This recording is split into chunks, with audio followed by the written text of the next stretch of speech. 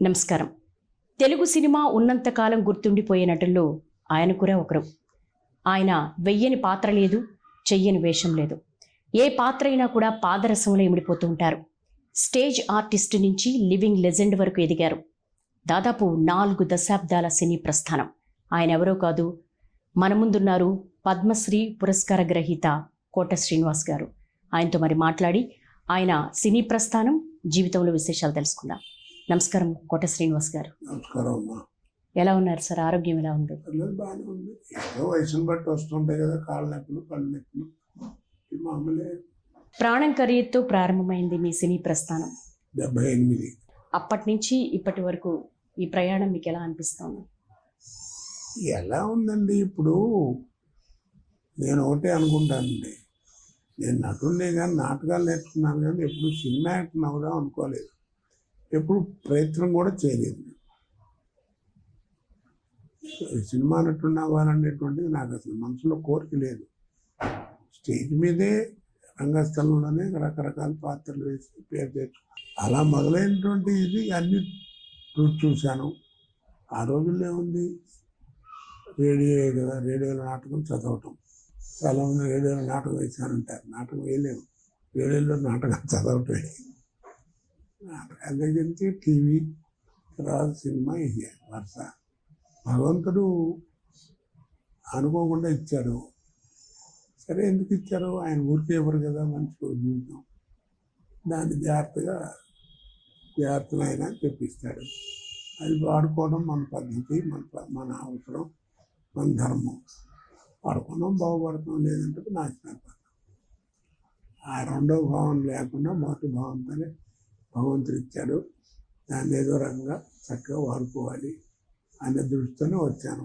అది ఏదో భగవంతుడి దయ, మీ అందరూ ఆశీర్వాదం, ప్రజలందరూ నన్ను ఆశీర్వదించి 40 ఏళ్ళకి పోషించారు. మీరు సినిమాలో 3 షిఫ్ట్లు వర్క్ చేసేవాళ్ళని విన్నాను. అసలు ఎప్పుడు లేచేవాళ్ళు, ఎప్పుడు తినేవాళ్ళు, ఎప్పుడు షూటింగ్లో ఉండేవాళ్ళు? అంటే నేను ఒక్కడనే కాదండి, నాకు మళ్ళీ బిజీ అయినటువంటి ప్రతి ఆర్టిస్ట్కి ఇది తప్పదు. రోజుకి 20 గంటలు పనిచేసాను. మీరు ఆశ్చర్యపోతారు. కొన్ని రోజులు నేను రోజుకు 3 స్టేట్లు కూడా పనిచేశాను. పొద్దున హైదరాబాద్, మధ్యాహ్నం చెన్నై, రాత్రి బెంగళూరు. మళ్ళీ వచ్చి ఎయిర్పోర్ట్లోనే స్నానం చేసి మళ్ళీ ఇక్కడ షూటింగ్ వచ్చాను. అంటే అప్పుడు ఎయిర్పోర్ట్లో ఇంత రిస్ట్రిక్షన్ ఉండేది కాదు కదా. అందువల్ల అంటే మనిషికి, ప్రతివాడికి భగవంతుడు ఒక టైం ఇస్తాడు. అర్థమైందా? మంచి టైం ఇస్తాడు. ఆ టైంలో నీకు భోజనం చేయడానికి కూడా టైం దొరకదు. ఆర్టిస్ట్ టైం వస్తే టైం ఉండదు, టైం వస్తే టైం ఉండదు, భోజనం చేయడానికి కూడా టైం ఉండదు. కాకపోతే ఆ టైంలోనే మనం జాగ్రత్తగా ఉండాలి, దాన్ని సద్వినియోగం చేసుకోవాలి, లేకపోతే పాడైపోతాం. ఆ టైంలో నేను చెడిపోకుండా జాగ్రత్తగా ఉన్నాను అనుకుంటాను. భగవంతుడు ఈ జీవితం ఇచ్చాడు. అంత బిజీగా మీరు షిఫ్ట్కి 3 షిఫ్టుల్లో కూడా పనిచేస్తూ 20 గంటలు పనిచేసే మీరు ఇప్పుడు ఈ సమయాన్ని ఎలా సద్వినియోగం చేసుకుంటున్నారు? ఇప్పుడు పిచ్చెక్కిపోతానండి. ఎవరైనా ఏముంది, నాకు నచ్చినట్టు తిరిగితే నొప్పి ఉండదని, నాకు నచ్చిన ప్రొఫెషను, నాకు ఇంకా శ్రమ ఏమనిపిస్తుంది. పని చేసాం, డబ్బింగ్లు ఇవి. ఇప్పుడు సినిమా యాక్ట్ చేయడం కాదు, దాని డబ్బింగ్ కూడా చెప్పాలిగా. అన్ని రకాలుగా చేసాం. కాకపోతే ఏంటంటే ఆ టైం జాగ్రత్తగా చూసుకోవాలి. ఇప్పుడు ఏమైపోయిందంటే రోజుకి 100-150 మంది మధ్యలో నదించు కూర్చోవడం, దాంతో ఇప్పుడు ఒంటరిగా ఒక్కడిని కూర్చోవడం, లేదంటే మా ఆడితే ఏదైనా కబుర్లు చేస్తూ కూర్చోవడం. ఏం తోస్తుంది? ఎవరో తోచదు, వయసు వస్తుంది. ఆ తోటకి ఏదో చిన్న మాట పెద్ద మాట అంటాం తెలియక, అవతలోళ్ళు తెచ్చుకుంటూ ఉంటారు. మన నాన్నగారు ఈయనవాడు అంటాడు, చెప్పలేనివాడు చెప్పడు. ఇవన్నీ మామూలే, ఇక భరించాల్సిందే. దీన్నే ఫ్యాగండి అన్నారు ఇంగ్లీష్లో, అంతిమ దశలో. ఇక్కడి నుంచి ఇక మైనస్ చేసుకోవాల్సిందో ప్లస్ చేసుకోవాల్సింది లేదు. వయసు కూడా ఇక మనకి తరుగుతోందని చూసుకోవాలి తప్ప పెరుగుతోందని చూసుకోవడం లేదు. 2 రకాలు భావన ఒకటే. వయసు తరుగుతుందన్న ఒకటి, మన వయసు పెరుగుతుందన్న, 2 చేరేది ఒక చోటకి. అందుకని అలా ఏదో కాలక్షేపం చేయడం తప్పేదేమో. నాకే కదా అందరికీ వస్తుంది ఇది. కాస్త నాలాంటి వాడు ఎక్కువ బాధపడతారు కదా, బిజీగా ఉండి ఎప్పుడు 10 మందిలో తిరిగేవాడు. కాకపోతే దీనివల్ల నేను 2 విషయాలు కోల్పోయానండి. ఒకటి, నా ఫ్యామిలీ లైఫ్ మర్చిపోయాను. పిల్లలు వాళ్ళ చదువులు చూడటం చేయటం అది ఏమి లేదు నాకు. నెలకి 2 నెలలకి చూసేవాడిని పిల్లల్ని. ఏదైనా ఎప్పుడన్నా మొత్తం పడి బట్టలు కొనుక్కొచ్చినా అది సరిపోక కొలత మారి ఉండేది. ఎందుకు మీ బిజీ లైఫ్ స్టైల్ వల్ల 2 నెలలకి 3 నెలలకి వచ్చి కలిసేవాళ్ళు పిల్లలు? నెల మినిమం అండి. అందులో ఏంటంటే ఈ అవుట్డోర్ వచ్చిన కొత్త, ప్రతి సినిమా అవుట్డోరే. ఇప్పుడులాగా ఫెసిలిటీస్ ఏమున్నాయి ఇప్పుడు? అవును. చెట్టు కింద కూర్చోవడం, అక్కడే రంగు వేసుకోవడం, అక్కడే యాక్ట్ చేయడం. పాప ఆడవారు మరీ బాధపడేవారు నట్టు గట్టి మంది. పాపం వాళ్ళకి లేడీస్ అంతా ఇబ్బంది ఉంటాయి ఖచ్చితంగా. అలా ఏదో ఊళ్ళో వాళ్ళని బతిమాలి ఒక ప్రెసిడెంట్ గారింటోనే ఎక్కడో కాసేపు రెస్ట్ తీసుకోవడానికి చాలా ఇబ్బంది పడ్డారండి పాత వాళ్ళు. మీరు ఒక మాట అన్నారు, అంటే రోజుకు 3 షిఫ్ట్లు చేయడంలో, తినడానికి కూడా టైం లేని సమయంలో నేను పిల్లల్ని మిస్ అయ్యాను, నా వ్యక్తిగత జీవితాన్ని చాలా వరకు కూడా మిస్ అయ్యానని. ఆ సమయంలో మీ భార్య రుక్మిణి గారు ఎలా మేనేజ్ చేయగలిగేవాళ్ళు? ఇప్పుడు మీ సక్సెస్లో ఆమెకి ఎంత క్రెడిట్ ఇస్తారు? నేను అందుకని ఎప్పుడు కూడా నా సక్సెస్కి కారణం నా భార్య అని చెప్తానండి. ఎందుకంటే బయటికి వెళ్ళి నేనేం ఎదుగుతున్నానో ఎవరికి తెలియదు కదా, ఏం వెలవబెడుతున్నానో ఎవరికి తెలియదు. నేను చెడు చేసినా, మంచి చేసినా, చెడు చేసినా రిజల్ట్ వాళ్ళకే కదా పాపం. అన్నీ భరించి పాపం మరి అలాగా మరి వాళ్ళకుంటే ఇబ్బందులు వాళ్ళకుంటాయి. వాళ్ళకి అది చేసింది అదే, నాకు అదే అండి. ఇప్పుడు దానికి 75, హార్ట్ ప్రాబ్లం, కర్ర పట్టుకుని నడవాలి, గట్టిగా నడిస్తే ఆయాసం, కొట్టుకుంటే ఆయాసం, ఇవన్నీ మామూలే వయోవృద్ధులు. ఎప్పుడైనా మీ పిల్లలు మిమ్మల్ని అడిగేవాళ్ళ, నాన్నగారు మీరు ఏంటి ఇంత ఇన్ని రోజులు కనిపించలేదను? మీరు ఒక నెల తర్వాత వచ్చినప్పుడు వాళ్ళ ఫీలింగ్ ఎలా ఉండేది? వాళ్ళు డిసైడ్ అయిపోయారండి. నాన్నగారు ఏంటంటే ఆయన కనపడలేండి, బాగా బిజీ అండి మా నాన్నగారు అని సర్దుకుపోయేవారు. పిల్లలు కూడా అదృష్టం బాగుండి బాగా చదువుకుంటారండి. పిల్లలు ట్యూషన్ చేస్తుంది ఏం లేవు, మంచి మెరిట్ స్టూడెంట్, బాగా మెరిట్, గొప్ప చెప్పకూడదు. కోట శ్రీనివాస్ గారు, మీ నాన్నగారేమో ఒక డాక్టర్ వృత్తిలో ఉన్నారు, మీకు కూడా డాక్టర్ అవ్వాలని ఒక ఆశ ఆకాంక్ష ఉండేదని అన్నారు, కానీ ఎలా ఈ స్టేజ్ నటన మీదకి వచ్చారు? ఆ రోజుల్లో మా నాన్నగారి దగ్గరికి, డాక్టర్ గారి దగ్గరికి ఈ తర్వాత ఎవరు లేరండి, ఎవరు లేరా అని అంటూ ఉండేవారు. మా నాన్నగారికి కేకలేసేవారు, అదే నా గురించి కాదు, వాళ్ళు మాట్లాడుతున్నారు కదా, వాళ్ళ కోసం చదువుకోరా అని. సరే అని ప్రీ హిస్టరీ అయిన తర్వాత నాకు 1960లో ప్రీ హిస్టరీ అయిపోయింది. ఆ ప్రీ హిస్టరీ అయిన తర్వాత సైన్స్ గ్రూప్ ఉంటుంది కదా, ఫిజిక్స్, కెమిస్ట్రీ, బాటనీ, ఆ గ్రూప్ మార్క్స్ చూసేవారు మెడికల్కి. ఆ గ్రూప్ మార్క్లో 1% తక్కువ వచ్చింది, దాంతో నాకు ఎక్కడ సీట్ రాలా. ఆ రోజుల్లో ఆ గ్రూపులు ఇంత రావాలి మెడికల్ కంటే అప్లై చేయడానికి ఉండేది. ఇప్పుడు ఏవో మారిపోయినాయి, మనకు తెలియదు. అది రాకపోయేటప్పటికి ఏదో ట్రై చేసి అక్కడ ఇక్కడ బాగా చాలా యూనివర్సిటీలు తిరిగాను. ఎవరైనా సరే ఏం చేయొచ్చు, కానీ చివరికి ఏంటంటే అప్పుడే కొంచెం డొనేషన్ స్టార్ట్ అయిన రోజులు 5,000 డొనేషన్ కట్టమన్నారు. మా నాన్నగారు ఏంటంటే, నువ్వు ప్రపంచంలో ఎక్కడేం చదువు, అప్పులు చేసాను చదివిస్తా, నేను 50 డొనేషన్ మాత్రం కట్టినాను ఆయన. అలాగా ఆ సంవత్సరం వేస్ట్ అయిపోయింది ఆల్మోస్ట్. తర్వాత బిఎస్సీ చదివి వెళ్దాం మెడిసిన్, కానీ ఒక చెడు అలవాటు వచ్చి, ఆ ఆలోచన వచ్చి ఇటు చేరా. సరే ఇక్కడికి వచ్చిన నాటకాలు తెచ్చే అలవాటు ఈ లైఫ్, అది మర్చిపోయాం. సరే మర్చిపోవడం వల్ల ఇదిగో భగవంతుడు మంచి జీవితాన్ని ఇచ్చాడు, దాన్ని సద్వినియోగం చేసుకున్నాను లేదని నేను అప్పుడప్పుడు అద్దం ముందు కూర్చుని ఆలోచిస్తుంటూ ఉంటాను, చేసిన తప్పులు ఏమిటి, ఏం చేశాను ఏంటి. నాన్నగారు డాక్టర్, మీరు నాటకాలు వేయడాన్ని ప్రోత్సహించారా? లేదండి, కొట్టేవారు కూడా, దెబ్బలు కూడా తిన్నారు. అలాంటి ఆయన పాపం నా పురోగతి చూడకుండా పోయారు ఆయన. అది నేను నా వెండి కొట్టింది అని ఆయన అనుకుంటారు. అనుకుంటే మా అమ్మగారు చూసింది కొంతకాలం, 2 సంవత్సరాలు. 85లో నాన్నగారు పోయారు. 2001లో మా అమ్మ పోయింది. అంతకాలం చూస్తూనే ఉంది. ఫస్ట్ ప్రతిఘటన మా అమ్మగారిని తీసుకెళ్ళి చూపించాను. ఏంట్లే ఏమన్నారు అప్పుడు అమ్మ ప్రతిఘటన ఏం చూసినప్పుడు? దానికి ఏం తెలుస్తుంది బాబు, పెద్దవాళ్ళు అప్పటికే 80 ఏళ్ళు. ఏదో అందరిని అవుతుంటే ఊరికే ఏమిటని బయటికి రానివ్వకుండా థియేటర్లో పడుతుంది. అది చేసినా అమ్మ పడేది. ప్రతిఘటనలో ఒక ఫేమస్ డైలాగ్ ఉంది, మీరు ఇలా ఇలా అనుకుంటూ ఇది తిడతాందా పొగడతాందా అని. మీరు పుట్టిందేమో కంకిపాడు సైడ్ ఆంధ్రాలో, కానీ తెలంగాణ స్లాంగ్ అంత బాగా ఎలా మాట్లాడారు? నాటకాలు వేసేటప్పుడు నాకు అభిలాష ఉండేదండి. నేను ఒకే సమాజాన్ని ఫిక్స్ అయిపోయాను అనుకోండి, వాళ్ళు ఏం చేస్తారంటే ఈ సమాజం నాటకం అంటే విలన్ కోట లేదా హీరో బలానోడు అని పెట్టేస్తారు. నేను అలా కాకుండా 10 మంది దగ్గర యాక్ట్ చేశాను. అలాగే ఆ 10 మంది దగ్గర చేసినప్పుడు ఒకసారి కుక్క అని ఒక నాటకం చేయాలి. దేశరాజు హనుమంతరావు ఎండమూరి వీరేంద్ర రాశాడు. అది అప్పుడు ఇందిరాగాంధీ గారు 20 పాయింట్ ఫార్ములా మంచి ఫామ్లో ఉండేది. బాండెడ్ లేబర్ మీద నాటిక అది తెలంగాణలో రాశారు. అది నేర్చుకోవడం రాసిన కోట అయితే బాగుంటుందని నన్ను పెట్టారు. అది నేర్చుకోవడం కోసం రోజు కాస్త ఉన్నమాట చెప్తున్నాను, కళ్ళు కాంపౌండ్కి వెళ్ళి కూర్చున్నామని.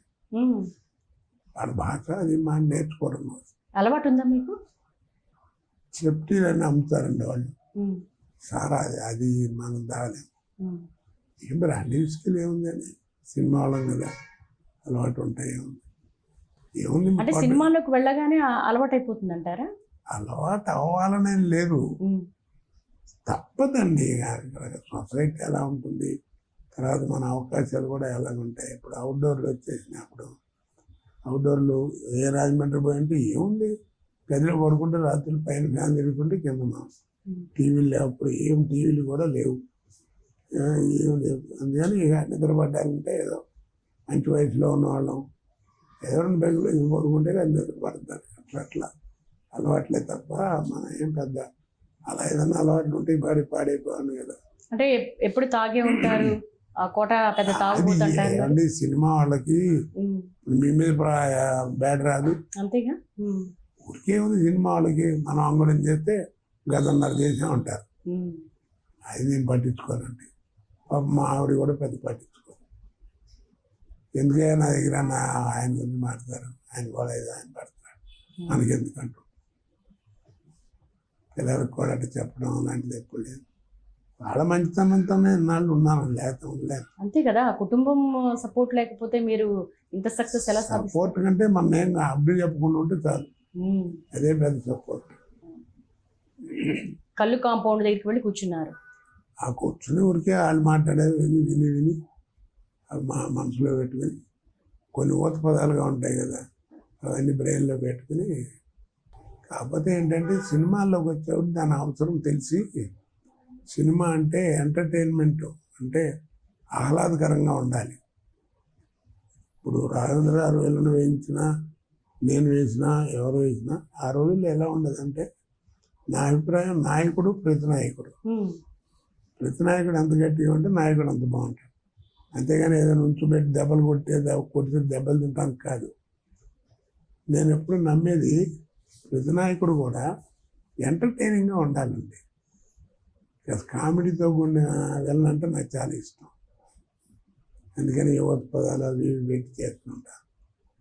లేకపోతే ఒకసారి ఏముందండి, ఆ పాత్రను అనుకుని దీనికి కోట సరిపోతారు, ఆ పాత్ర కోట కోసం మాత్రమే రాశారు అని జంధ్యాల గారు కూడా అహనా పెళ్ళంటలో మిమ్మల్ని ఆ క్యారెక్టరైజేషన్లో చాలా అద్భుతంగా చూపించారు.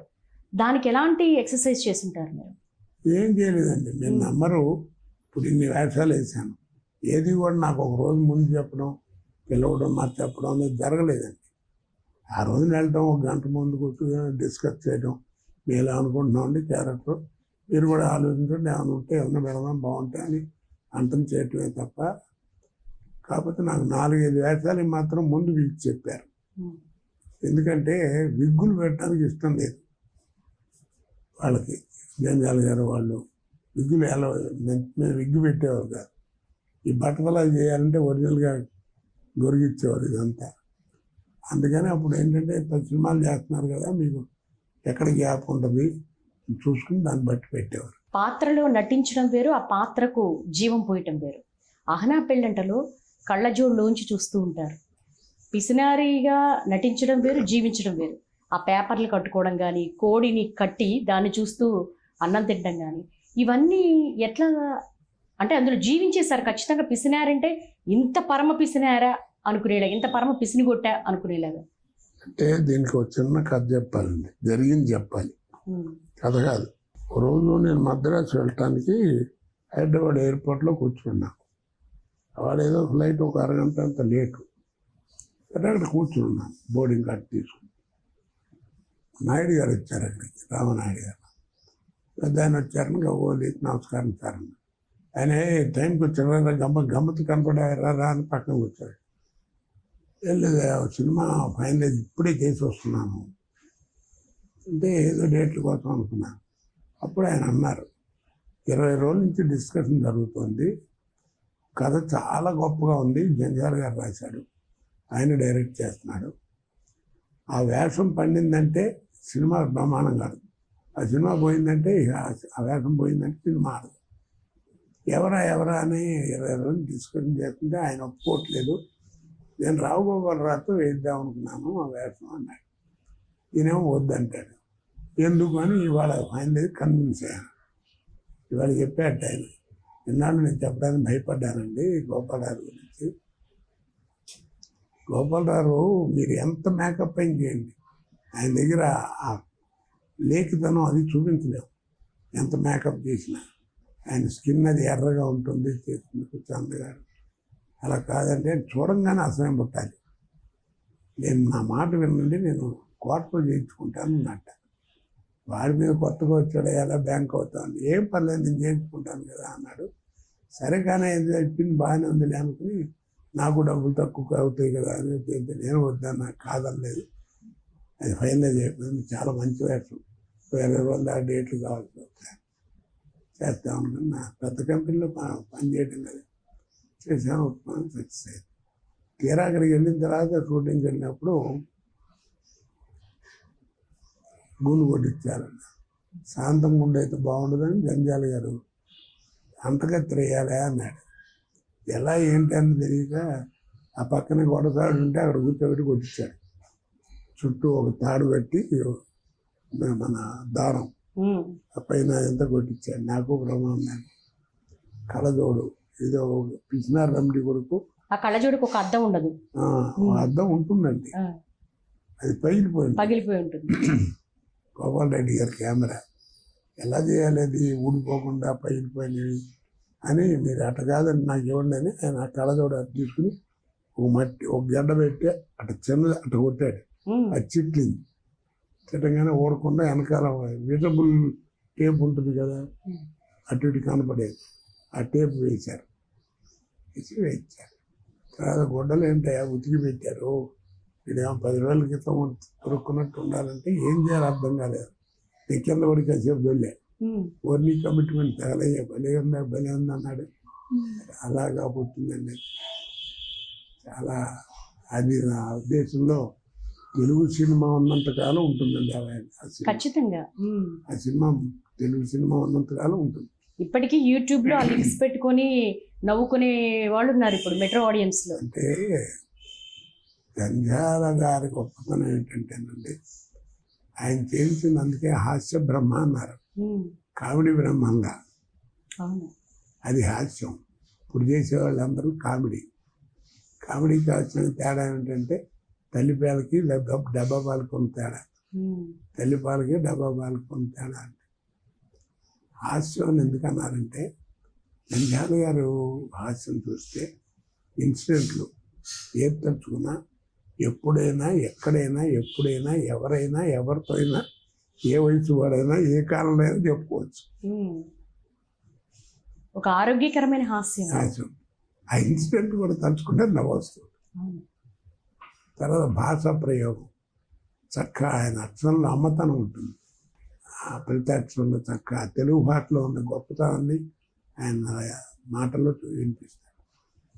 ఒక చోట ఓ సినిమా నీకు నాకు పెళ్ళి అంటే ఏంటనే సినిమాలో రత్నసాగర్ గారు వేసింది. అద్భుతంగా భటతరాది వ్యవహారం. దాంట్లో ఆవిడ పాపం గంగా భాగీరథ సమానరాలు వేషం ఇచ్చి రోజు గురిగించుకొచ్చేది. వాళ్ళిద్దరూ ఒరిజినల్గా లవర్స్ అన్నమాట చిన్నప్పుడు. వాళ్ళిద్దరూ విడిపోతారు అనుకోకుండా. అదేమిటంటే అన్సిడెంట్ కామెడీ. ఎలా విడిపోయామంటే వెళ్ళిపోతారంటే బస్సులో కూర్చుంటే రైల్వే గేట్ పడుతుంది, వీడికి లవ్ సెంక్ వస్తుంది. అప్పుడులాగా అక్కడ అప్పట్లో ఈ టాయిలెట్లు అవి లేవు కదా, బస్ స్టాండ్ లేవు. కానీ ఆ చెడ్జాడికి వెళ్ళి పోసుకొస్తాను అని పోయాడు. వాడు పోసుకుని ఆ దూరం నుంచి వచ్చేవాడు గేట్ తీశారు, బస్సు అయిపోయింది. వాళ్ళిద్దరూ అట్లా విడిపోతారు. చూడండి ఎవరైనా ఎప్పుడైనా చెప్పుకోవచ్చు కామెడీ అంటే హాస్యంగా ఉంటుంది. వాళ్ళిద్దరు 40 ఏళ్ళ తర్వాత కలుసుకుంటారు. కలుసుకుని ఇద్దరు మాట్లాడదు. అప్పుడు అట్లా అన్నా ఇట్లన్నా ఇంకమని చెప్పుకుంటూ వైధవం కదా ఫేసు, మీ ఆయన పోయి ఎన్నాళ్ళు అయింది, నీకు వైధవం ఎప్పుడు వచ్చింది అని అడగడం. ఆ పదప్రయోగం చెప్తున్నానండి. అన్నట్టు నీ కళ తప్పి ఎన్నాళ్ళు అయిందంటాడు. బా ఎక్కడ నొచ్చుకోకుండా విన్నవాళ్ళు కూడా ఏంటో అంత రఫ్గా మాట్లాడానుకో. నీ కళ తప్పి ఎన్నాళ్ళు అయింది, ఎంత పవిత్రమైన పేరండి. అలాగే ఒక సినిమాలో ప్రేమ జిందాబాద్ అని ఒక సినిమా, దాంట్లో ఆ సినిమా సెన్సార్ అయింది కానీ రిలీజ్ అవ్వలేదు. ఫైనాన్స్ ఎంత గొప్పడేలాగా. ఆ రోజుల్లో పరిస్థితి ఆడపిల్లలు పెళ్ళిళ్ళు చేయటం కట్నాలు పోవాలి కదా. ఆ టైంలో మామగారు అల్లుడు చాలా దుస్థితిలో ఉన్నాడు, పిల్లలు పెళ్లి చేయడం కష్టం అని ఒక సంబంధం తీసుకొస్తాడు. 55 ఏళ్ళు వాడు. అలాంటి నేనే వేశాను. 16 ఏళ్ళ అమ్మాయిని చేసుకోవడానికి పెళ్లి చూపులకు వస్తాడు.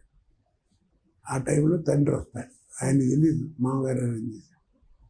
ఈ మధ్యవర్తి ఎవరు ఉంటారు, రావేరా టైంకి వచ్చావు, నువ్వు కూడా అంటే తమ్ముళ్ళకి వచ్చుకున్నావు. అప్పుడు అర్థం అవుతుంది. అప్పుడు అంటాడు తండ్రి, ఏమంటే గృహస్థు ఏదో మా మామగారు మీకు మర్యాదలు చేశారు, అయిపోయింది. ఆ పిల్ల తల్లిగా తండ్రిగా 2 ముక్కలు మీతో చెప్పుకోవాలంటాడు. అదే కనుక ఇంకోళ్ళు డైరెక్టర్ అయితే ఆడదంటే ఏమనుకుంటున్నారు, అంత చూడకన్నా నీ వయసు ఏమిటి, దాని వయసు ఏమిటి, నీ పెళ్ళి ఏమిటి, ఈ వయసులో అది ఇదని 1000 డైలాగ్ రాస్తారు. 2 డైలాగులు అండి. ఆ పిల్ల తండ్రిగా మీకు 2 ముక్కలు చెప్పుకోవాలి. ఈ దేశంలో మధ్యతరగతి మానవుడు చేసే పాపం ఏదన్నా ఉంటే ఆడపిల్లని అంటాం. ఆ పాపం చేసింది నేను, శిక్ష నాకు వేయండి, నా బిడ్డకి వేయద్దంట. 2 ముక్కల్లో చెప్పేశారు. 10,000 ఎదురు చేసుకుంటాను అంటున్నాడంట. వదిలేండి, 4 ఏళ్లలో వాడి మీద పడుకోబెట్టాల్సిన అల్లుడి కోసం 4 రోజులు అమ్మాయిని పల్లకీలో కూర్చోబెట్టలేను అని వెళ్ళిపోతాడు. 4 ఏళ్లలో చిన్న అయిపోతుంది. ఆ బ్రిస్క్నెస్ అదండి, చిన్న పదాలతో పెద్ద అర్థాలు. ఇప్పుడు ఊరికే ఒక డైలాగ్ ఇది చూస్తున్నారు కదా ఎన్ని సినిమాల్లో. ఆ కాంబినేషన్ ఎలా సెట్ అయ్యేదండి? ఇప్పుడు అహనా పెళ్ళంటలో బ్రహ్మానందం గారు, అలాగే బాబు మోహన్ గారు, కొన్ని కాంబినేషన్స్ ఇప్పటికీ కూడా మర్చిపోలేము. వీళ్ళిద్దరూ ఉంటే ఆ స్క్రీన్ పండుతుంది, ఈ డైలాగ్ పండుతుంది, హాస్యం పండుతుంది. ఇట్లా ఎలా ఎలా సెట్ చేసేవాళ్ళు, ఎలా సెట్ అయ్యేవాళ్ళు? అది మనకి పేరు వచ్చిన తర్వాత జరిగే మాటలండి. అది రావడానికి మనం ఎంత కష్టపడ్డాము మనకు తెలియదు కదా. నాకు తెలియదు అడ్డపడుతుందని. బాగుమోహన్ వాడు ఎవడో నాకు కలుస్తాడని చేస్తాడు అనుకోలేదు. అసలు కామెడీ టైమింగ్ ఎలా, ముందుగా ఏమైనా ఒక రిహార్సల్స్ చేసుకుంటూ ఉండేవాళ్ళ? ఒక రిహార్సల్ చేసేవాడినండి ఒకసారి. కాకపోతే బాగుమోహన్ ఎంత చెప్పినా మంచి టైమింగ్ ఉన్న ఆర్టిస్ట్ అండి. వాడి దగ్గర టైమింగ్ ఉంది, డైలాగ్ చెప్పగలడు, డ్యాన్స్ చేయగలడు, 2-3 కళ్ళు ఉన్నాయి. మీరు సినిమాలో వాడిని తంటం చూస్తే ప్రతిసారి ఈ సినిమాతో నడులు విరిగిపోయినారా అని అనుకున్నారు. అంతే కదా, ఏమి లేదండి. అదే టైం నాకు అంతే భలే ఇష్టం. నాకు గట్టిగా తనేవాళ్ళ అస్సలు తగలదండి కాలు. ఓకే, ఆ చొక్కాకి తగిలింది కాలు అని వాడి సెన్స్ తెలియంగానే పడిపోయాడు. అంత గొప్ప టైమింగ్ ఉన్నాడు. ఎలాంటి పడ్డాడో ఎలా చేశాడో అది ఆయనకి తెలియదు. పట్టడం అనేది మంచి టైమింగ్ ఉండాలి ఆర్ట్. బ్రహ్మానందం గారు అంటే ఆయన మంచి ఆర్టిస్ట్ పక్కన పెడితే, వీళ్ళగా నాకు ఆయనతో కాంబినేషన్ లేదు. ఆయన ఎక్కువ సినిమాల్లో ఏంటంటే ఆయన హీరో పక్కన ఆ వేషాలు వేయడంతో కాంబినేషన్ తక్కువ మా ఇద్దరికి. వీడితో బాగా ఒక 56 సినిమాలు ఉన్నాయి. వీళ్ళిద్దరు లేనిదే సినిమా ఆడదు అనేటువంటి స్థితికి వచ్చింది ఒక స్టేజ్. కోట గారు, మీ హయాంలో డైరెక్టర్స్ సంవత్సరానికి 5-6 సినిమాల నుంచి 11 సినిమాలు చేసిన డైరెక్టర్స్ కూడా ఉన్నారు. కానీ ఇప్పుడు ఒక సినిమా తీయాలంటే 2 ఏళ్ళ నుంచి 3 ఏళ్ళ సమయం తీసుకుంటున్నారు. మీరు అప్పటి దర్శకుల్ని చూశారు, ఇప్పటి వాళ్ళని చూశారు. మీరు దీని మీద ఏం చెప్తారు? అప్పుడు సినిమా వాళ్ళు సినిమా తీసేవారండి. ఇప్పుడు సినిమా వాళ్ళు సర్కస్ తీస్తున్నారు. పేద సాంగ్ కూడా డ్యాన్సులు పెడతారు. అది ఆ సందర్భం ఉండదు. ఆ సందర్భం ఈ సర్కస్ చూడలేక జెమినీ సర్కస్ కూడా మూసేశారు. మన ఫుడ్ పోయిందని. అందరు మీ మీద ఫైట్ చేయడానికి వస్తారేమో, మా సినిమాల సర్కస్ అంటున్నారు. ఏం రారండి ఎన్నిసార్లు మాట అలా తెలీదు. ఈ మధ్యకాలంలో మీరు చాలా స్ట్రైట్ ఫార్వర్డ్ అవ్వడం వల్ల ఏమైనా కాంప్లికేషన్స్ వస్తున్నాయా, కాంట్రవర్సీ అవుతున్నాయి? ఏమండి, నేను మాట్లాడేది నిజంగా అయితే వాళ్ళు ఎందుకు కోరుకుంటారు? మీరు అన్నట్టుగా ఏదో ఒకటి వచ్చేదే కదా. ఆయన ఉన్నమాట మొహం మీద మాట్లాడు, చాట్ ఏం మాట్లాడంట. నాతో జోకులు వాళ్ళే పిలిచి చెప్పించుకుంటారు. మరి అదే మంచితనం లేకపోతే ఎట్లా జరుగుతుంది? నేల బతికానండి, ఏదో అంటున్నా అనేవాళ్ళు అంటుందా చెప్పాను. సినిమా వాళ్ళం మనం అంగుళం చేస్తే గతంలో చెప్పుకుంటారు. జంధ్యాల గారు, బాపు రమణ గారు లెజెండరీ డైరెక్టర్స్తో వర్క్ చేసేటువంటి అదృష్టం మీకు కలిగింది. వాళ్ళతో వర్క్ ఎక్స్పీరియన్స్ ఎలా అనిపించేది? జంధ్యాల గారితో చేస్తున్నప్పుడు మనం ఏం యాక్ట్ చేయక్కర్లేదండి. ఆయన సీన్ చదివి వినిపిస్తుంది అని మనం నవ్వొచ్చేస్తాయి. 4 క్యారెక్టర్ ఉంటే 4 క్యారెక్టర్లు ఆయనే చదువుతాడు చక్కగా. 4 మాడ్యులేషన్లో ఆయన చెప్పినట్టు మనం చేస్తే చాలు. అంత గొప్ప డైరెక్టర్. బాపు గారు ఏమిటంటే చెప్పడు. బాపు గారి దగ్గర ఏంటంటే నీ దగ్గర నుంచి ఎక్స్ట్రాక్ట్ చేస్తాడు. ముందు మిమ్మల్ని చెప్పమంటారా? చెప్పండి, ఇంకో రకంగా చెప్పండి కోట గారు అంటాడు. ఇంకో రకంగా చెప్తాం, ఇంకో ట్రై చేయండి అంటారు. అది మధ్యలో చెప్పారే అది చెప్పండి బాగుంటుంది అంటాడు. అది ఆయన తత్వం.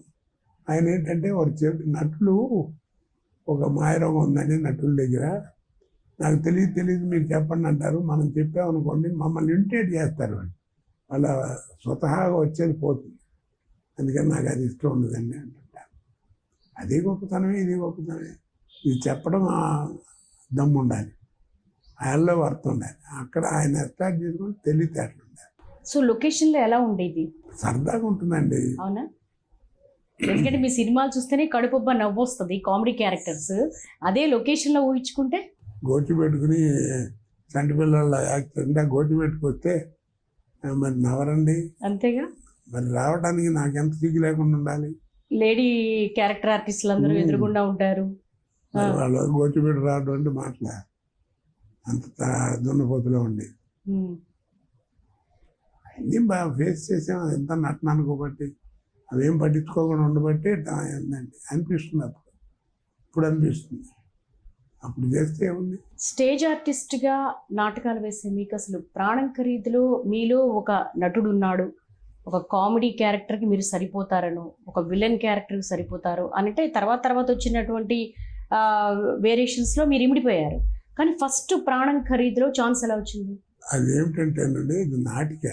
శ్రీశ్వరరావు గారు ఆయన రాశారు. ఆ నాటికలో నేను సినిమాలో గోపాలరావు రాశారు కదా, ఆ వేసిన మెయిన్ క్యారెక్టర్ వేసేవాడిని. చాలా అద్భుతమైన పేరు వచ్చింది నాకు ఆ రోజుల్లో. అది క్రాంతి కుమార్ గారు చూశారు సినిమా. చూసి దాని సినిమా తీయాలనుకున్నారు. దాంతో అప్పుడు మాది సినిమా గ్లామర్ కదా గోపాలరావు, ఆ వేషం గోపాలరావు వేశారు. అప్పుడు ఆ రైటర్ గారు ఏమంటే నాకు కొంచెం సెంటిమెంటు, నాటకాన్ని వేసి వాళ్ళు పైకి తీసుకొచ్చిన వాళ్ళే కదా, వాళ్ళందరూ కూడా ఏదైనా వేషం ఇవ్వమంటే ఏదో ఆ గుడిచలో ఆ గూడెల్లో ఉండే వేషం 2 ఏళ్ళు ఉంటాయి. దాన్ని నూతన ప్రజలు 70 చెప్పాడు ఆ రోజుల్లో. అలా రావటం జరిగింది. ఆ వచ్చినప్పుడు అందరితో కలిసి మాట్లాడటం చేయటం, అప్పుడు కైగాలి సత్యనారాయణ గారు వాళ్ళు పెద్ద వాళ్ళతో కలవడం, వాళ్ళందరూ కూడా మంచి టైమింగ్ ఉంది, ఎప్పటికైనా ఆర్టిస్ట్ అవుతాను ఎంకరేజ్ చేయడం అలా జరిగాయి. 3 తరాల నటీనటులతో నటించారు మీరు. అప్పటి తరానికి ఇప్పటి తరానికి మీరు బేసిక్గా గుర్తించినటువంటి వేరియేషన్ ఏంటి? అప్పుడు కష్టపడి మనం మన నైపుణ్యం డైరెక్టర్ చూపించి పైకి రావాలనుకునేవారు. ఇప్పుడు ఏంటంటే మన నైపుణ్యం చూసి డైరెక్టర్ పెట్టుకోవడం.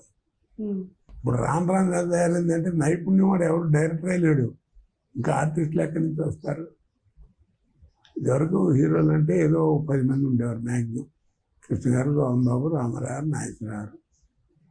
ఇక అంతకంటే మనం ఎవరిని పెద్దగా చూసేది కృష్ణరాజు గారు అప్పుడప్పుడు, అంతే తప్ప 5-6 తప్ప పెద్దగా ఉండేవారు. ఇప్పుడు హీరోలు అంటే 40 మంది 50 మంది ఉన్నారు, పేర్లే జ్ఞాపకం ఉండవు. అలా కమెడియన్స్ అంటే 100 లెక్క ఉన్నారు. ఆ రోజులు వేరండి. అప్పుడు ఏంటంటే కరెక్ట్గా మజ్జిగ చక్కగా ఉండేది. ఇప్పుడేమో నీళ్ళు ఎక్కువైపోయి పలచబడిపోయింది. ఎందుకు మంది ఎక్కువయ్యారేనా? అంతేగా మరి, అన్ని పలచబడిపోలా. అది కాదు కదా, మన టాలీవుడ్ స్థాయి ప్రపంచ యవనిక మీద, విశ్వ జగతి మీద ఒక బాహుబలి కావచ్చు, లేకపోతే RRR కావచ్చు, ఈరోజు ఆస్కార్ లెవెల్కి వెళ్ళిందంటే ఇంత డైరెక్టర్స్ ఎఫర్ట్స్ కానీ అలాగే యాక్టర్స్ ఎఫర్ట్స్ కానీ ఉంటుందంటున్నారు కదా. క్రిటిసైజ్ చేస్తున్నాను కాదు, బాహుబలి అద్భుతంగా తీశారు, ప్రపంచ ఖ్యాతిగాంచింది, ఆర్థికంగా పేరుగా అన్ని రకాలుగా. మరి దర్శకుడిని ఎవరు చెప్పుకోరు ఏంటండి? ఎంత గొప్ప డైరెక్టర్ అతను రాజమౌళికి కూడా మంచి పేరు వచ్చింది. అవార్డులు ఏముంది దాంట్లో ఆర్ట్ వాడికి వాళ్ళకి వీళ్ళకి ప్రైజ్లు వచ్చినాయి, కానీ బెస్ట్ డైరెక్టర్ని ఇవ్వలేదే. మరేంటి అది అన్యాయంగా తెలుగు వాళ్ళకి? అందరూ న్యాయపోయిందంటే ఇదివరకు దేశ భాషలందు తెలుగు లెస్స అని ఎత్తేవాళ్ళం, తెలుగు లెస్స అని కిందకి వెళ్ళిపోతుంది. అది దౌర్భాగ్యం. పైగా ఆయన్ని పద్మశ్రీ ఇచ్చారు, అది ఆంధ్ర కోటాలో ఇవ్వాల, కర్ణాటక కోటాలో ఇచ్చారు ఆయనకి. చూడండి ఎంత దౌర్భాగ్యం. ఇప్పుడు అంత గొప్ప సినిమా తీసిన వాడు ఎంత పేరు రావాలండి? 2 Part 1 and Part 2 కూడా తీసి సక్సెస్ అవ్వడం గొప్ప కదా. అంత గొప్ప పేరు వచ్చింది కదా, మరి ఎక్కడ మరి ఆయనకు రావాల్సిన పేరు ఎక్కడ రాలేదు? RRRకి ఆస్కార్ వచ్చింది. RRR సినిమా దాంతో కంపేర్ చేసుకుంటే ఏముందండి? ఓకే, బాహుబలితో కంపేర్ చేయడం. దాంట్లో టెక్నాలజీ వేరు, దాంట్లో వాడిన వేరు, ఆ దర్శకత్వం వేరు, ఆ షాట్లు వేరు. చూస్తూ ఉంటారా సినిమాలు? ఎప్పుడన్నా టీవీలో వస్తానని బయటకు పోయేది. తర్వాత ఎందుకు చెప్తున్నానంటే ఇది అంత గొప్ప సినిమా లేదు. ఇప్పుడు మరి పాత మాయాబజార్ సినిమా ఉంది, ఇప్పుడు ఎవరు బాహుబలి గురించి చెప్పుకోవట్లే, అయిపోయింది. పాత మాయాబజార్ తీస్తే ఉంది, ఈరోజు కూడా 6 ఏళ్ళ కుర్రాడు దగ్గర నుంచి 60 ఏళ్ళు ముసలాడు దగ్గర దానికి ఫ్యాన్స్ ఉన్నారు. దాంట్లో తీసిన షాట్లు రామలింగయ్య గారు, వంగారు గారు ఆ తాంబూలం వేసుకోవడానికి వచ్చినప్పుడు ఆ తివాసి ఇలా చుట్టూ రావడం, మళ్ళీ అటు వెళ్ళటం, మళ్ళీ వెళ్ళి కాళ్ళు అడ్డం పెట్టడం, మీద పట్టడం చేయటం, ఆ చెప్పులు వాటంతా వెళ్ళి మంచం మీద ఉంటాం, చేతికర్రలు వాటంతా వెళ్ళి రావడం, మళ్ళీ వెనక్కి వస్తారు.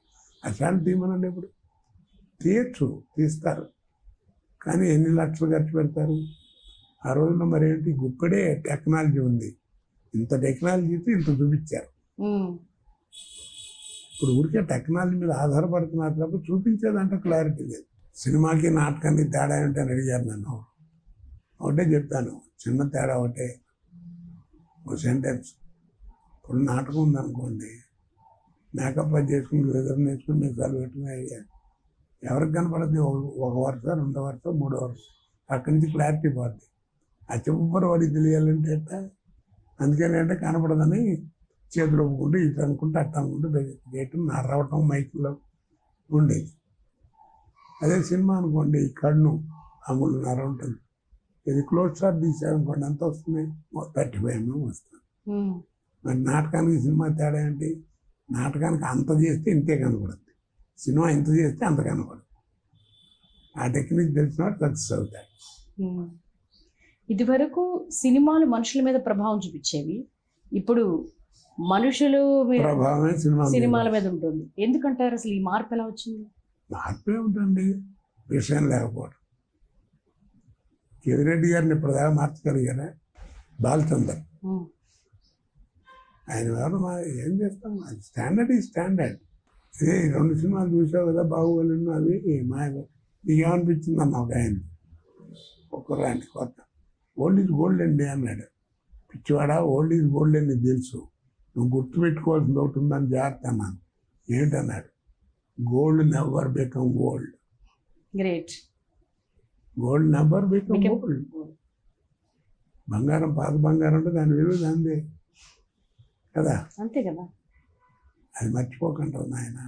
అంటే కోట గారు, మారుతున్న కాలంతో పాటు చూసే ప్రేక్షకుడి మైండ్ సెట్ కూడా మారుతుంది కదా, దాంతోపాటే సినిమా తీసే విధానంలో కూడా మార్పులు రావడంలో ఆహ్వానించదగ్గ పరిణామేగా. అదేనండి, ఆ మార్పుల్లో స్టాండర్డ్ ఉన్నవాడికి వచ్చే మార్పు వేరు కదా. ఇప్పుడు నేను ఉన్నాను, నా మల్లగుడితో నేను ఇప్పుడున్న కాలంలోనే ఉంటారు వాళ్ళు, కానీ వాళ్ళతో మాట్లాడే పద్ధతి అది నేను పాత మర్చిపోనే. వాళ్ళు నన్ను చూసి విసుక్కుంటారు, 2 సార్లు అదే నీకు తెలియదులే తాత అంటారు. ఎందుకంటే వాళ్ళకి కనపడేదే అది, వాళ్ళకి అదే. మన అట్ట కాదు కదా, మన అమ్మని చూసాం, వాళ్ళు మమ్మీని చూశారు. ఆ తేడా దానికి మనం ఏం చేస్తాం, అనుభవించాల్సిందే. కాదు మన డ్యూటీ మనం చేయాలి. ఇప్పుడు మీకు విద్య నేర్పిన గురువు గారు, నాకు విద్య నేర్పిన గురువు, ఇంకా చాలామంది అందరికీ నేర్పించిన గురువు ఒకే మాట చెప్పారు. ఎవరు చెప్పినా రోడ్డుకి ఎడం పక్కనే నడవమన్నారు, కుడి పక్కనే మాట రాలే వాళ్ళ నోటెంబడి. ఈవెన్ పోలీసు వాళ్ళు ఇప్పటికి కూడా కీప్ లెఫ్ట్ అంటారు, అంతేగాని కుడిపక్క గురించి మాట్లాడాల. ఇప్పుడు వైద్యం అంటే కుడిపక్క అందరూ చెప్పామా, సాక్షాత్ కమిషనర్ ఆఫ్ పోలీసు వచ్చి కీప్ లెఫ్ట్ అన్నారు అనుకోండి, అది చాలామంది చెబుతారు, మేస్టర్ చెప్పే మాట అనుకోండి సార్. అది సరే, కుడిపక్క నడిస్తే ఏమవుద్దండి అంటాడు. వాడికి ఎందుకది? ఎడం పక్క నడవడం అనేది సాధన జరిగితే కుడిపక్క నడిస్తే ఏం జరుగుతుందో నీకే తెలుస్తుంది. ఈ సాధన చేయడు, దాని గురించి వాదిస్తాడు. కాబట్టి యువత పాడైపోతుంది ఎక్కడ, సాధన తక్కువ వాదన ఎక్కువ. సాధన తక్కువ వాదన ఎక్కువ. ఇండస్ట్రీలో కుల ప్రభావం ఎంతవరకు ఉంది? ఏమోనండి, నేను పెద్దగా పట్టించుకోను. ఆ ప్రభావం ఉందని నాకు తెలిస్తే నేను ఇట్లా ఉంటాను, 40 ఏళ్ళు బతకలేను. ఏదైనా విన్నా కానీ ఈ చెవితో వింటాం, ఆ చెవితో వదిలేయటం. ఏది ఏమైనా నేను మాత్రం ఒక మాట మాత్రం చెప్పగలను, నేను 195% చిన్నది కమ్మవారి ఫుడ్డే.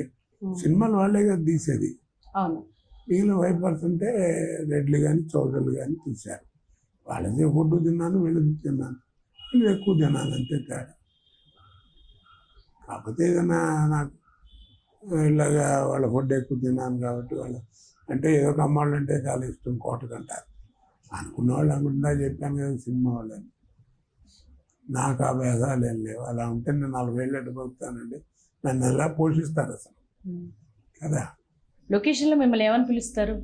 కోటానే, చిన్న పెద్ద బాబాయ్ అంటారు. లేకపోతే మీరు చిరంజీవి గారు ఒకేసారి ప్రాణం ఖరీదుతో ఇండస్ట్రీలోకి అడుగు పెట్టారు. ఆయనతో మీ కెమిస్ట్రీ ఏ విధంగా ఉంటుంది? లొకేషన్లో మీరు ఎలా ఉంటారు? ఆయన అందరితో బాగానే ఉంటాడు, అందరూ ఆయనతోనే గౌరవిస్తారు, ఆయన కొంచెం గౌరవం ఇస్తారు కొంచెం ఆయన. ఎందుకంటే ఏదో విద్వత్తులో కొంచెం ఫైట్లు గీట్లు డ్యాన్సులు అన్నీ మరి ప్రత్యేకత ఉంది కదా. మరి రామారావు, నాగేశ్వరరావు, రాంబాబు గారు, వీళ్ళందరూ కృష్ణ గారు, వీళ్ళందరూ ఉండగా ఆయనదంటూ చిరంజీవి గారు ఒక ప్రత్యేకమైన స్టైల్ ఏర్పరచుకుని ఆయనదంటూ వేరేనా పెట్టుకున్నాడు. మరి అది గొప్పతనం కదా, అందుకనే ఆయనకుండే గౌరవం ఆయనకుంటుంది. కాకపోతే విద్వత్ అంటారు, ఎవరిది అదృష్టాన్ని ఎవరు కాదంటారండి, ఎవరు ఆదుకోలేరు. మిమ్మల్ని ఆపాలంటే ఆపగలనా, మీకు రాసి పెట్టుంటే తప్పకుండా జరుగుతుంది. మీకు నచ్చిన నటుడు ఎవరు? నటుడు అంటూ నచ్చనే ఉందండి, ఎవరు బాగా చేస్తే వాడేనా. అంటే ఒక ఇన్స్పిరేషన్, ఒక మోటివేషన్ ఉంటుంది కదా, మీ తరం నుంచి బిగిన్ చేస్తే. ఇప్పుడు ఉన్నటువంటి తరంతో కంపేర్ చేసుకుంటే ఆ రోజుల్లో అంటే రామారావు, నాగేశ్వరరావు, కృష్ణ గారు, రాంబాబు అనేవాళ్ళు. ఇప్పుడు ఈ యంగ్ బ్యాచ్లోకి వచ్చేటప్పటికి, యువతలోకి నేను ధైర్యంగా చెప్పగలనండి, ఈ కుర్ర బ్యాచ్లో ఉన్నటువంటి వాళ్ళల్లో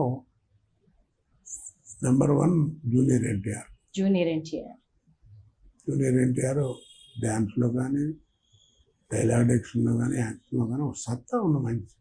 అతనిలో ఆ పొటెన్షియాలిటీ ఉంది. తర్వాత బన్నీ, తర్వాత Mahesh Babu, Allu Arjun, Mahesh Babu, junior NTR. Junior NTR number 1 వీళ్ళలో. సినిమాలు చూస్తూ ఉంటారా? ఎప్పుడన్నా టీవీలోనండి, నేనే వెళ్ళాను సినిమాలు. ఉమ్, ఎందుకంటే థియేటర్కి వెళ్ళి ఆనందిస్తూ చేసిన వస్తాను.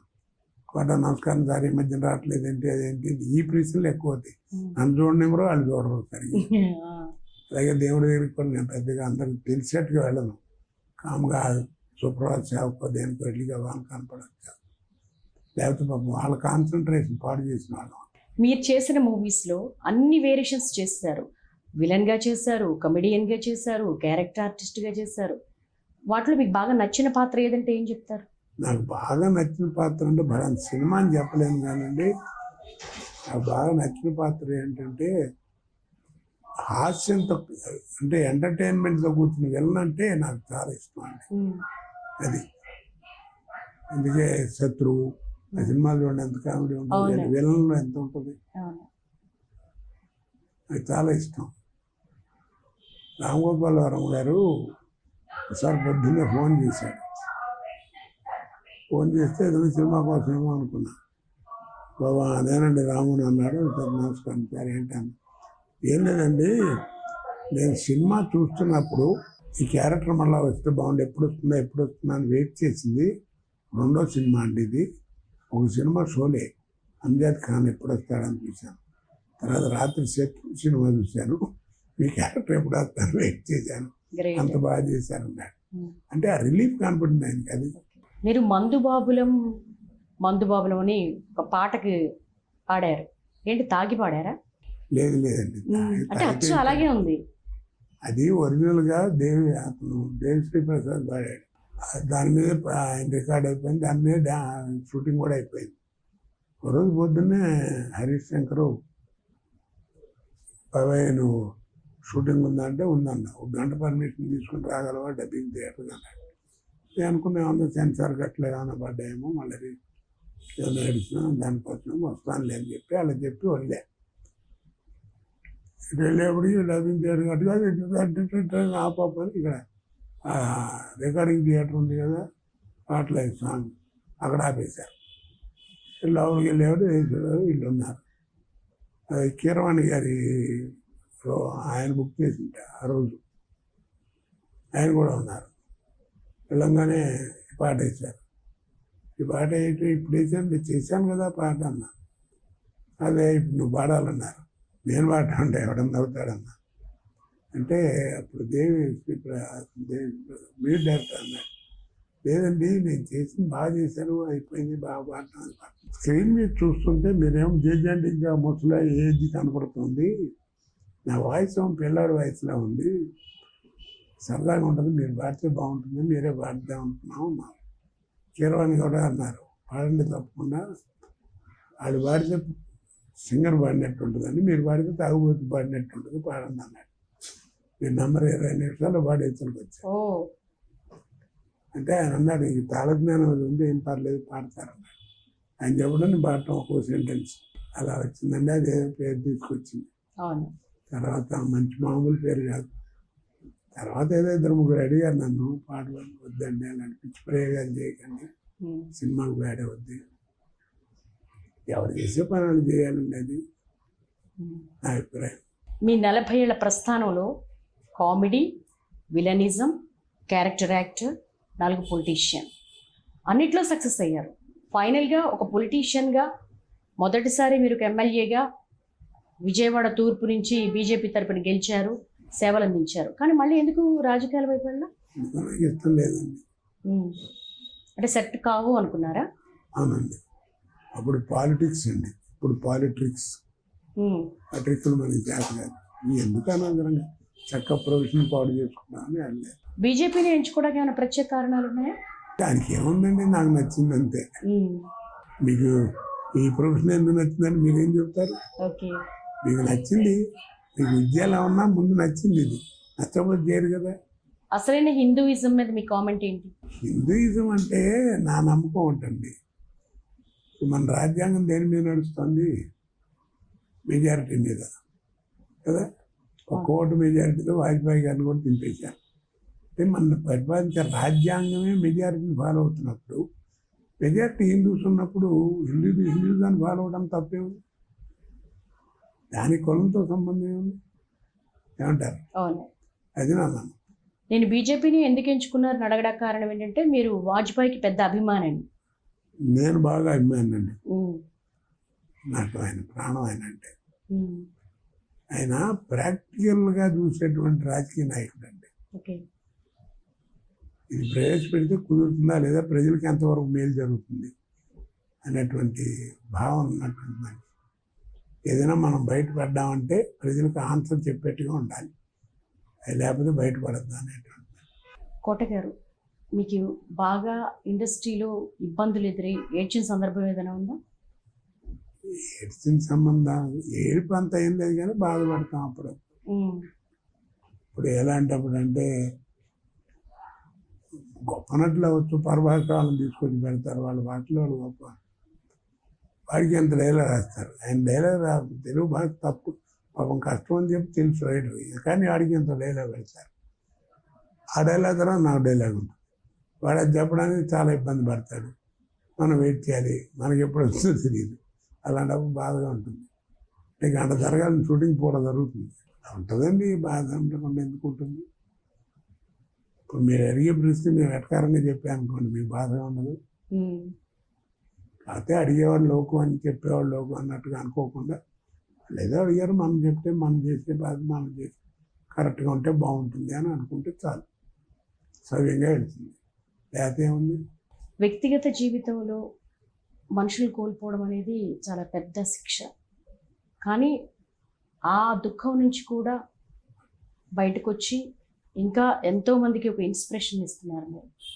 అలాంటి వాళ్ళకి మీరు ఏం చెప్పాలనుకుంటున్నారు మా మాధ్యమం ద్వారా? ఇది వ్యక్తిగత ఇబ్బంది అని ఉన్నారు కదా, అది కూడా వ్యక్తిగత అభిప్రాయం అండి. ఇప్పుడు నాకు జరిగిన కష్టం ఏంటో తెలుసు, మా అబ్బాయి పోయాడు, చాలా ఇబ్బంది పడ్డాను. అది తలుచుకుంటూ తాగుబోతులు పాడైపోయిన వాళ్ళు ఎంతమంది ఉన్నారు. అదే ఆ బ్యాడ్కి వెళ్లకుండా నేను మామూలుగా ఉండటం అనేది భగవంతుడు ఇచ్చినటువంటి అదృష్టం నాకు. అది ఏమి లేదండి, నేను నమ్మేది ఒకటేనండి, మనకి ఏది ప్రాప్తం ఉంటుందో అదే. ఇది ఊరికే మన గొప్పతనం అనుకోవడం చాలా పొరపాటు. కోట గారు, ఆరోగ్యం సహకరించి మీ ఏజ్కి తగిన క్యారెక్టర్స్ వస్తే ఇంకా చేయాలనుకుంటున్నారా, ఇంకా చాలే అనుకుంటున్నారా? నేను ఎప్పుడు ప్రతి వాళ్ళకు నేను అందరినీ నా మనసులో రోజు కోరుకున్నాను, నేను చచ్చేదాకా నటించాలి, గ్రేట్. నేను చచ్చేదాకా నటించాలి, చచ్చిన తర్వాత నటుడిగా బతకాలి, అది నా కోరిక. వస్తున్నాయా ఏమన్నా కొత్త ప్రాజెక్ట్స్ ఏమన్నా? ఏమన్నా వస్తాయి, నా ఇబ్బందులు ముందు చెప్తాను, ముందు కథ చెప్తా ఉంటారు, ఆగండి అని చెప్పి నా ఇబ్బందులు చెప్తాను. కొంచెం మెట్లు దిగటం ఎక్కడం కష్టం అయ్యా, కొంచెం సైడ్ అని కొంచెం చెప్తాను క్లియర్గా. గబాన్ లేవడం, గబాన్ కూర్చోవడం కష్టం అని చెప్తాను, ఇప్పుడు చెప్పంటాను.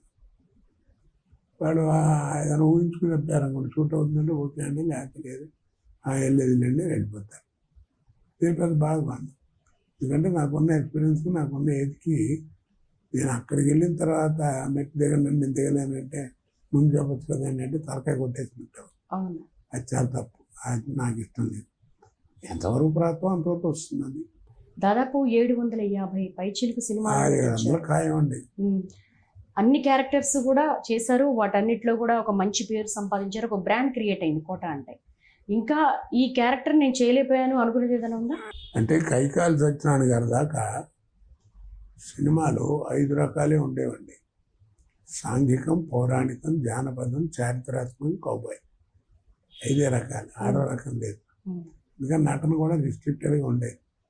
ముస్లిం క్యారెక్టర్ ఇచ్చినాం అనుకోండి, మీకు ఇస్తే మాకు పెడతాం, మాకు ఇస్తే మీకు, అలా ఉండేది. పొలిటికల్ క్యారెక్టర్ సోదరమణులారా అని ఉండేది. పౌరాణికం మీకు తెలిసిందే. కాబట్టి అప్పుడు ఏంటంటే సినిమా ప్రభావం మనుషుల మీద ఉండేది, ఇప్పుడు మనుషుల ప్రభావం సినిమా మీద.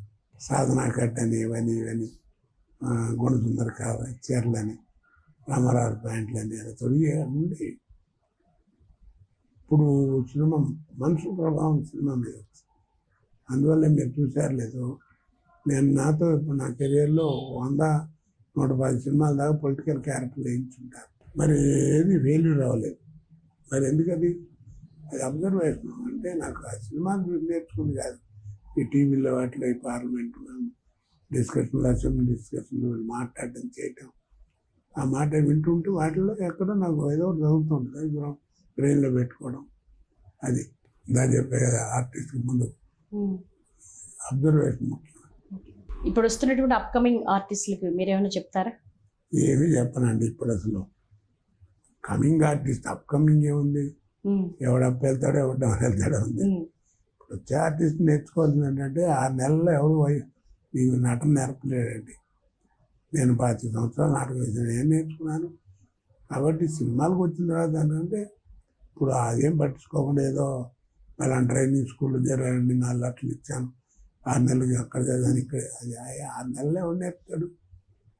కాబట్టి ఇప్పుడు చెప్పేవాళ్ళకి ఏంటంటే ఏమి చేయక్కర్లేదు, నీకు శ్రద్ధ ఉంటే ఏమొద్దు. రామోజీరావు లేదో ఈటీవీ సినిమాలని అవన్నీ